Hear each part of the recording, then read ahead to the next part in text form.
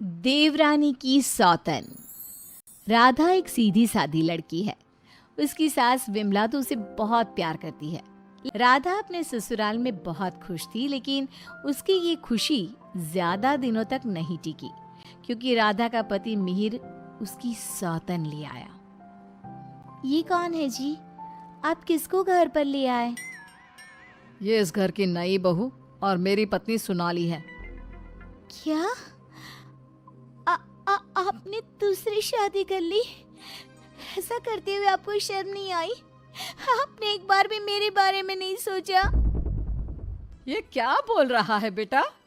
तेरी पहली पत्नी के होते हुए तू दूसरी शादी कैसे कर सकता है? कौन है ये चुड़ैल? निकाल इसे यहाँ से। माँ राधा, आप दोनों एक बात समझ लो।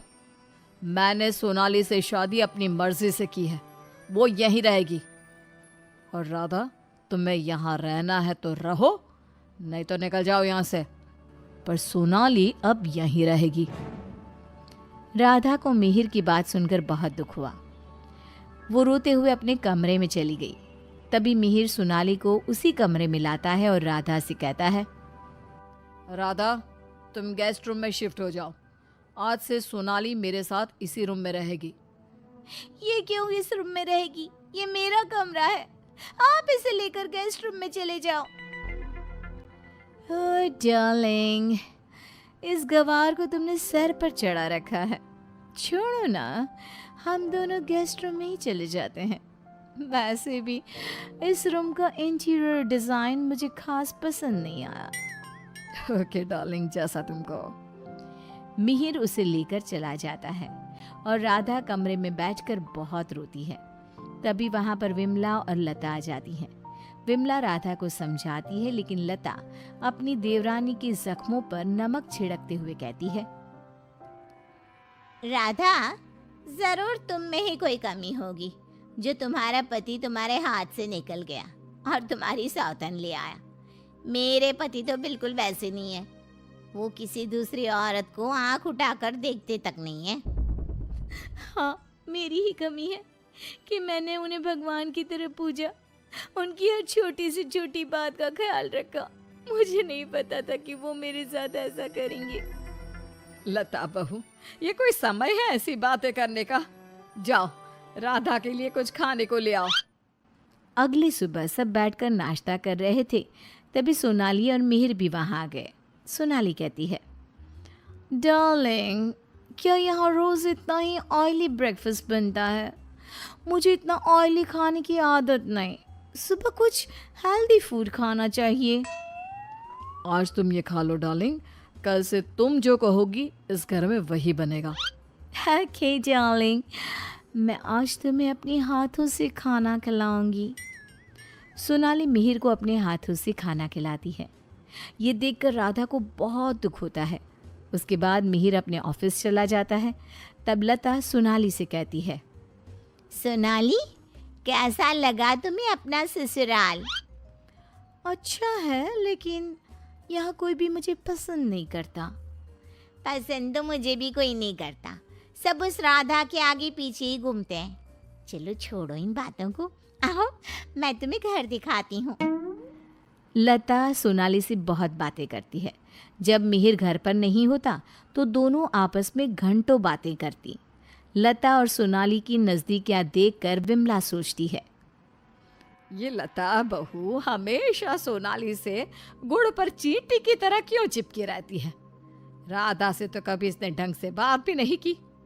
राधा भी तो इसकी देवरानी है और ये देवरानी से बोलती तक नहीं, लेकिन देवरानी की सौतन से चिपकी रहती है। विमला ये सब सोच ही रही होती है कि तभी वहां राधा आकर पूछती है, माँ जी, आज रात के खाने में क्या बनाऊं? अरे राधा, मुझसे क्या पूछ रही है? अपने पति से पूछ। मिहिर जी। राधा कुछ बोल पाती इससे पहले ही मिहिर बोल पड़ता है, माँ, मैं और सोनाली आज शाम मूवी देखने जाएंगे और डिनर भी बाहर करेंगे, तो आप हमारे लिए कुछ मत बनाना। ये बोलकर मिहिर वहां से चला जाता है। राधा रोते हुए अपनी सास से कहती है, देखा माँ जी आपने, आप ये मुझसे बात करना भी पसंद नहीं करते, ये मेरे साथ ऐसा बर्ताव करते हैं जैसे मैं इस घर में रहती ही नहीं हूँ। अरे ना ना बेटा, रो मत तू। उस सोनाली का जादू इसके सर से उतरेगा ना तो ये फिर से तुम्हारे पास ही आएगा। शाम को मिहिर सोनाली को आवाज देता है। सोनाली, सोनाली जल्दी बाहर आओ। इतनी देर करोगी तो मूवी शुरू भी हो जाएगी। ओहो डार्लिंग, तुम तो तैयार भी नहीं होने देते। देखो कैसी लग रही हूँ मैं। हमेशा की तरह बहुत खूबसूरत। अब चलो जल्दी करो, बहुत देर हो रही है। मिहिर सोनाली के साथ चला जाता है। ये सब देखकर राधा बहुत रोती है। इसी तरह एक दिन सभी बैठकर खाना खा रहे होते हैं कि तभी मिहिर सोनाली से कहता है, सोनाली, कल मैं ऑफिस नहीं जाऊंगा, कल हम शॉपिंग पर जाएंगे। ठीक है डार्लिंग। बेटा, राधा को भी शॉपिंग पर ले जा। उसके सारे कपड़े पुराने हो गए हैं और वो दिन भर घर के कामों में लगी रहती है, कहीं बाहर ही नहीं जाती। बाहर जाएगी तो उसका मन भी बहल जाएगा। क्या कह रही हो माँ? मैं राधा को लेकर बाहर जाऊंगा? कभी नहीं।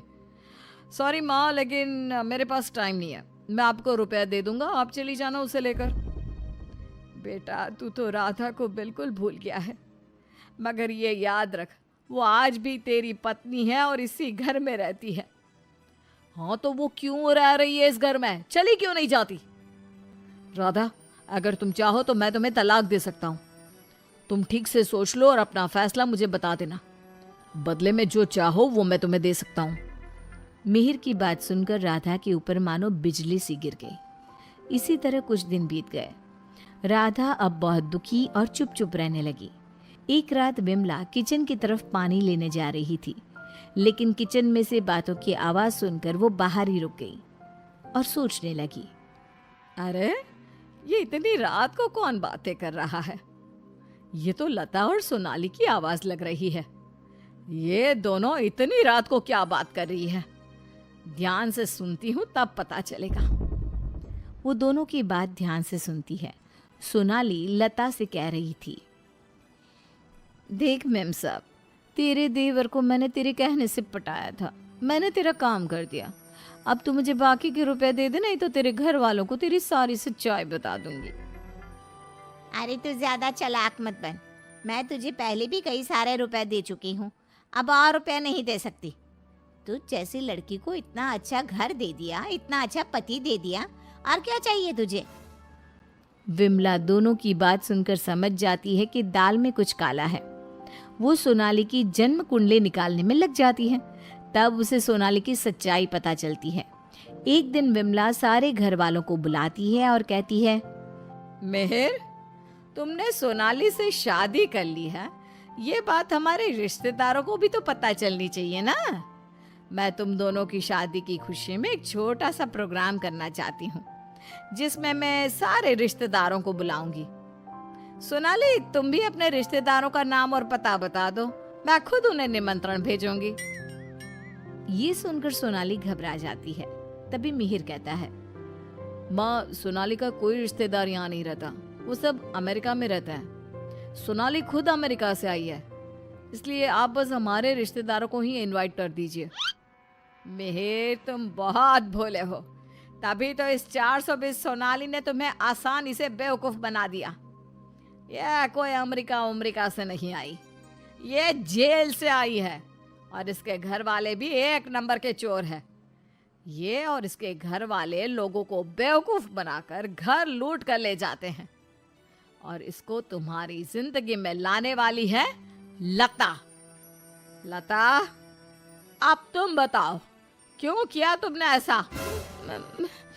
हाँ, मैंने ही सोनाली को रुपए दिए थी कि वो मिहिर को अपने प्यार के जाल में फंसा ले और मेरी देवरानी की सौतन बनकर इस घर में आ जाए।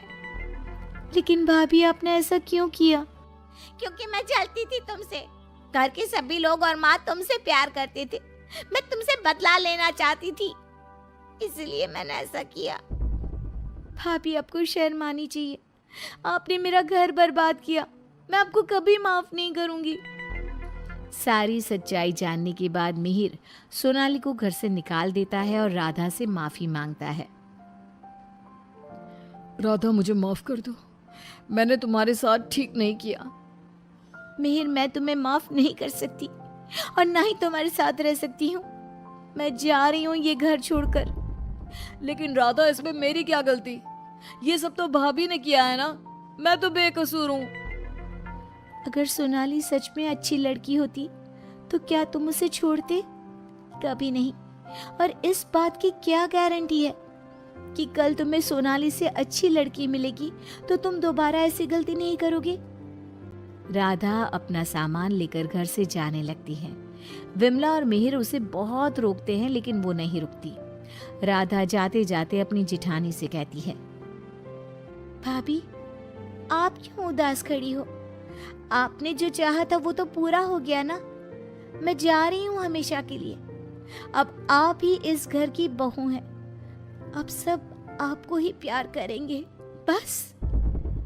तभी लता का पति विकास आ जाता है और कहता है, नहीं राधा, ये इस लायक नहीं कि इसे कोई प्यार करे। लता, तुम अभी इसी वक्त इस घर से निकल जाओ। मैं तुम्हें एक सेकंड भी यहाँ बर्दाश्त नहीं कर सकता। अगर मैंने तुम्हें इस घर में जगह दी तो न जाने कल तुम हमारे ऊपर कौन से दुखों का पहाड़ तोड़ दोगी। लता विकास से बहुत माफी मांगती है लेकिन वो उसे घर से निकाल देता है। लता को इस बात का पछतावा था कि उसने अपना हंसता खेलता घर बर्बाद कर दिया। ना तो विकास अपनी पत्नी लता को माफ करता है और ना ही राधा अपने पति मिहिर को माफ करती है।